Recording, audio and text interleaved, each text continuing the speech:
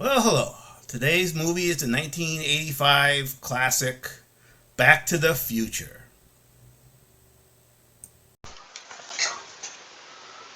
Marty McFly is a teenager in Hill Valley, California. He has a father who's bullied by his supervisor and a mom that drinks a lot. One night he gets a call from his friend Doc Brown to come to the mall. There he finds that he built a time machine from a DeLorean. Before he can try it out, Libyan terrorists that he stole the plutonium from arrive and shoot Doc Brown. Marty is then forced to use the DeLorean to escape, and he does it into the past.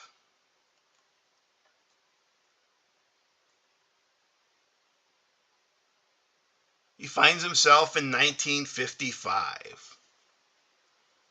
His presence there changes the meeting of his father with his mother. He now finds himself the attraction of his teenage mother. He manages to find the younger Doc Brown and convince him to help fix the time machine.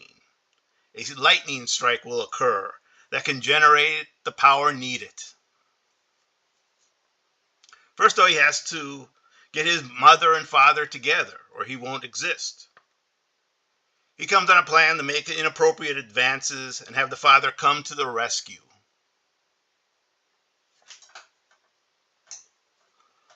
Only the bully Biff and his gang take him and lock him in a car trunk.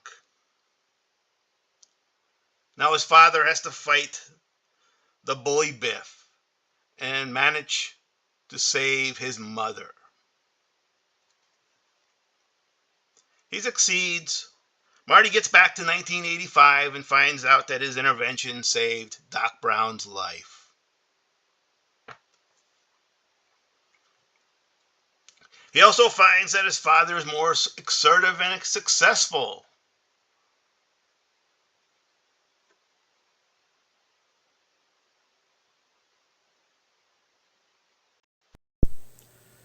So this was the first of a trilogy.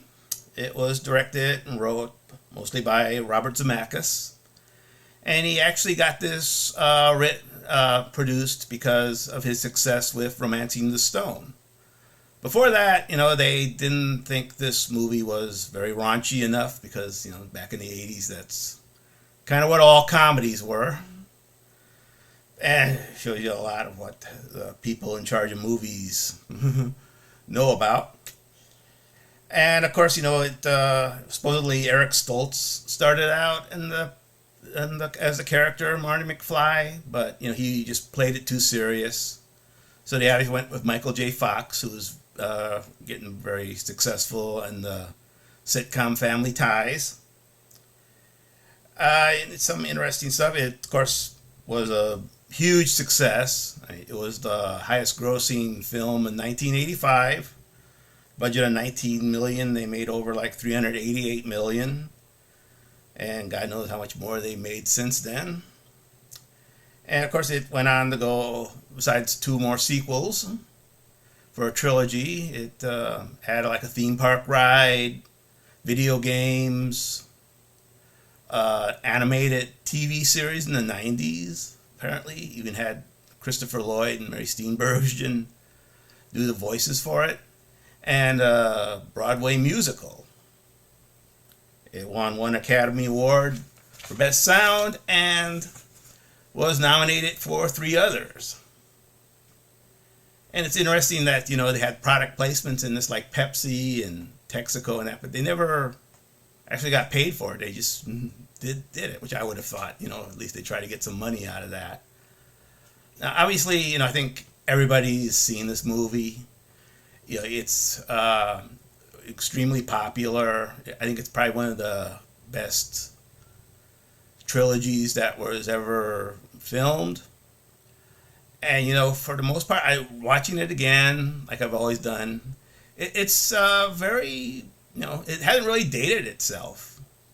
I think a lot of that. I mean, there's like one scene where he's in the cafeteria, and the cafe, and he has to order a drink, and he wants a tab. And I say, well, you gotta buy something first before you get a tab. Then, well, I want a Pepsi free, and the Pepsi isn't free. And that'll probably scratch a lot of people's heads that are younger and maybe even old as me, who was around at the time, because Tab was kind of a Diet Cola. I think it was more popular in the 70s. I don't even know if it was around by 1985. And of course, Pepsi Free, there was a brief moment where Pepsi had this product called Pepsi Free. And you can get it like caffeine free, sugar free, or caffeine and sugar free. And that really didn't last too long. But otherwise, it's they don't really keep the 80s stuff to a minimum. I mean, it's obviously that it was in the 80s because that's where it's supposed to take place, of course, in 1985. And I think, the brilliance about it is that it's mostly set with high school, and let's be honest, that's kind of the one thing I think every generation is familiar with. Your father, grandfather, great grandfather, kids, grandkids, great grandkids, yourself. We all have that high school experience. I mean, high school doesn't change. I think it's still the same as it is now as it is 100 years ago. It's just a never changing experience, and that's one thing that every generation really has in common. And I think this is it's a great movie. I don't think anyone has not seen it. My God, if you haven't, then what are you waiting for? Go out and watch it. You're missing out on something. And if you haven't seen it in a while, why don't you go check it out, because it's a fun movie.